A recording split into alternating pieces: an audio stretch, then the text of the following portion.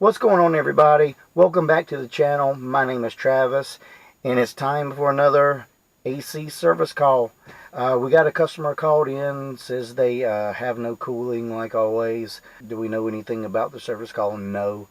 We just know that the customer said their air conditioner wasn't working. So I'm glad to see you guys riding with me again today.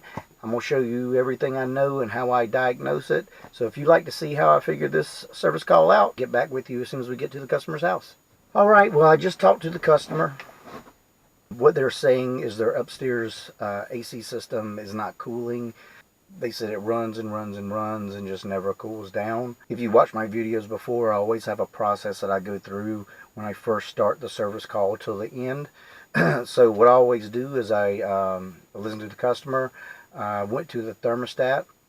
The thermostat had a display on it, so more than likely the thermostat does have power. I go to the thermostat, I turn it over to cooling, I turn the thermostat down to call for air conditioning. When the thermostat clicked, everything kicked on. I heard air coming out of my vents, so that basically tells me a couple different things. One, my thermostat has power. Two, my blower motor is working. So on an air conditioner, on your inside part, if your blower motor is working, your thermostat has power, basically takes that out of the equation for right now. So after we do that, what we need to do is go to our condensing unit, see what's going on, and go figure it out from there. So I'll meet you around at the condensing unit. Alright, let's go ahead to the condensing unit. Alright, always the first thing we do is we listen and we look. Basically we see our fan motors running. We can get down here on the side of the unit. We can hear the hum of the compressor. So we know the fan and the compressor are running.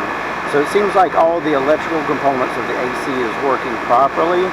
So always what we do from this point forward is we hook our gauges up and start looking at the freon. Oh, what do you know? Look at this here. It's ice build up on the suction line.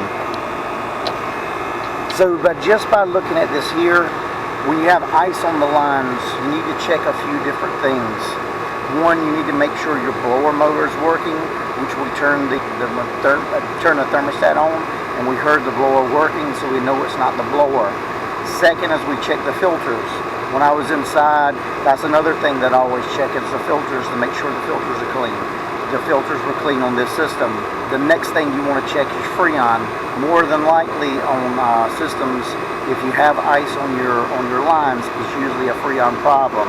So let's go ahead and hook our gauges up and see what's going on. All right, we're going to hook up our red hose to our high side. Move this out of the way. Move over to the low side to our suction line.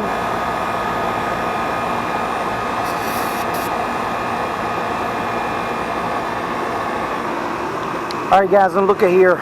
It's about 85 degrees here in North Carolina, and I'm reading probably about 40 degrees on suction, 225 on head. So our suction line is below freezing on this system, so that's basically what's causing the ice.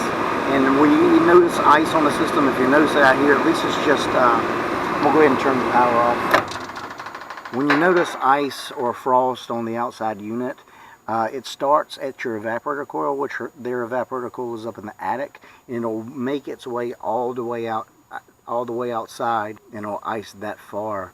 So we probably got a pretty good iced up evaporator.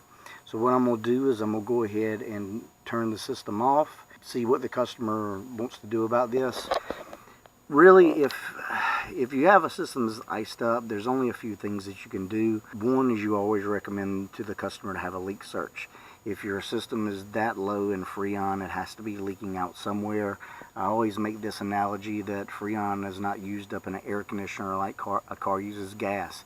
Some people think you have to recharge a system, you know, every couple years, every year or something like that. That is not the case. Your air conditioner is a sealed system. So if your freon is leaking out, it's got to come out somewhere. As you can see, I guess it's not iced up too bad because the ice or the frost is on here is already melted. So that means probably your evaporator hasn't iced up or become a ice block. So it's always a good practice to recommend a leak search on every piece of equipment that you find. Really on this system, this unit, where's the age of this? This is a 1993 air conditioning. Yes, it is not smart to have this really do a leak search on this thing. In all honesty, this piece of equipment needs to be replaced, but you always recommend a leak search and have the customer accept or decline it, just to cover yourself that you did give them that option. But the really smart option on this, because the average life of an air conditioner is about 16 years, is really, you don't push them in that direction, but the wise decision for this piece of equipment is to replace it, because it's just really a waste of money to spend that much money to fix any leaks, because most of the time where your leaks are is either in your evaporator coil or your condenser coil or something like that. And that's just a waste of money on a system that's almost, basically 30 years old. So the other option that you have, if the customer doesn't want to do a leak search and doesn't want to replace the equipment, you can give them the option of a leak seal. This is something that you inject into the system that is supposed to stop up any leaks that's in there.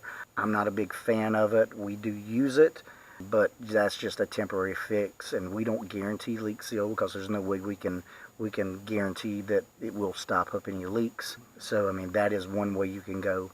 But in this particular situation with the age of this equipment, I'm not going to recommend a leak search unless the customer wants to. I'm going to give them that option, but basically I'm going to tell them the wise decision would be to replace this piece of equipment.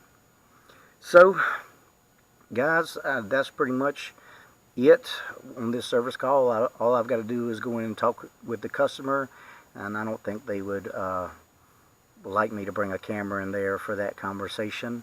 This service call is it for today. System was low in freon. So that's it, guys. Thanks for coming along with me. Hope you learned a little bit today. Sometimes we run into the same thing over and over with different pieces of equipment, but the thing is, there's different ways to diagnose equipment. There's different issues that come that will point you in the direction of the same problem on a different piece of equipment. So I'm trying to show you a variety of what I do day to day on a service call. And like I say, is if you get your procedure down of how you check everything, it'll make your service calls faster, and in the long run, save the customer money and save you time. So again, thanks for joining me. I'll see you guys on the next video. Thanks, guys.